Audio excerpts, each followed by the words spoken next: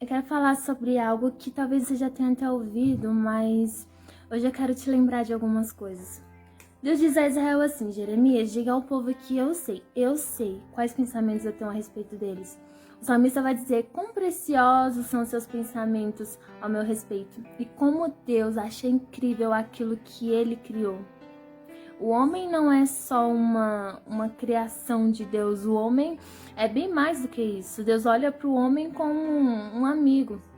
É por isso que Jesus diz: eu não chamo vocês mais de servos, mas de amigos. Deus não olha para o homem como uma criatura somente. Deus forma o homem. Deus forma o homem da forma mais incrível, com as próprias mãos, colocando sobre o homem a sua digital, colocando sobre o homem a sua essência, colocando sobre o homem o que ele tinha de melhor.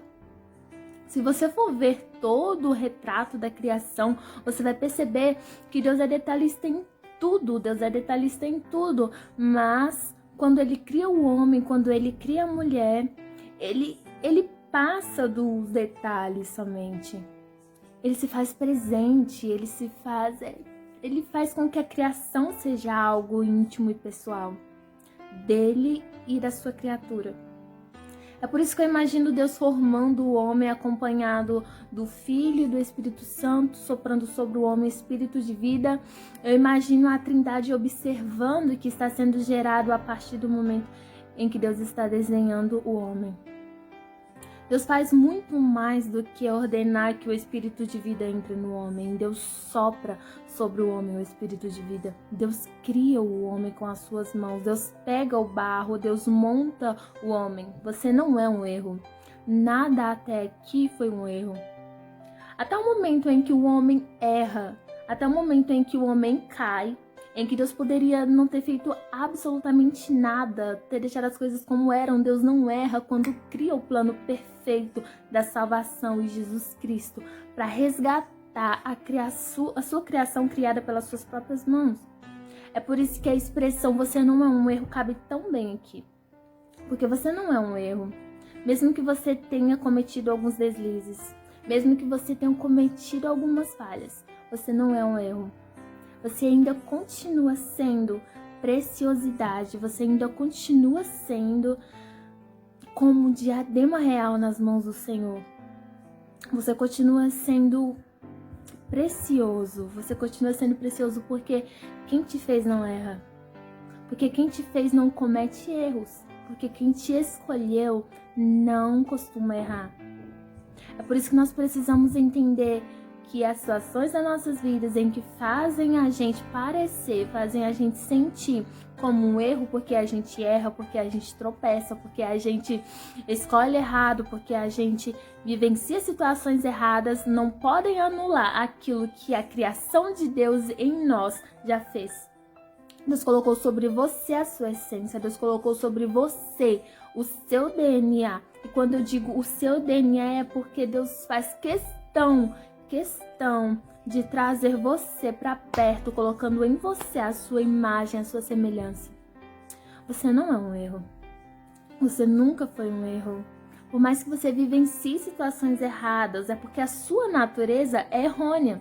O salmista vai dizer: Senhor, em pecado eu fui criado, mas eu sei aquilo que o Senhor vê em mim, porque antes mesmo que eu me formasse, eu era uma massa informe, o Senhor já sabia quem eu era. Ele é tão detalhista que ele diz: o Senhor já tinha escrito os meus dias. Deus não erra.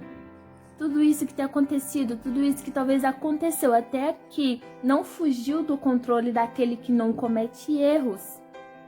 Talvez você tenha pego um pouco a caneta na sua mão, escrito um pouco, e esse dito de que Deus escreve certo por linhas tortas é muito errado, porque Deus não erra. Então Deus escreve certo por linhas certas. A gente toma a caneta das mãos de Deus para escrever o nosso errado por linhas tortas. E aí, quando sai do eixo, a gente vem dizendo que a gente é um erro. E não, a gente só tomou o lugar de quem não precisava ser tomado.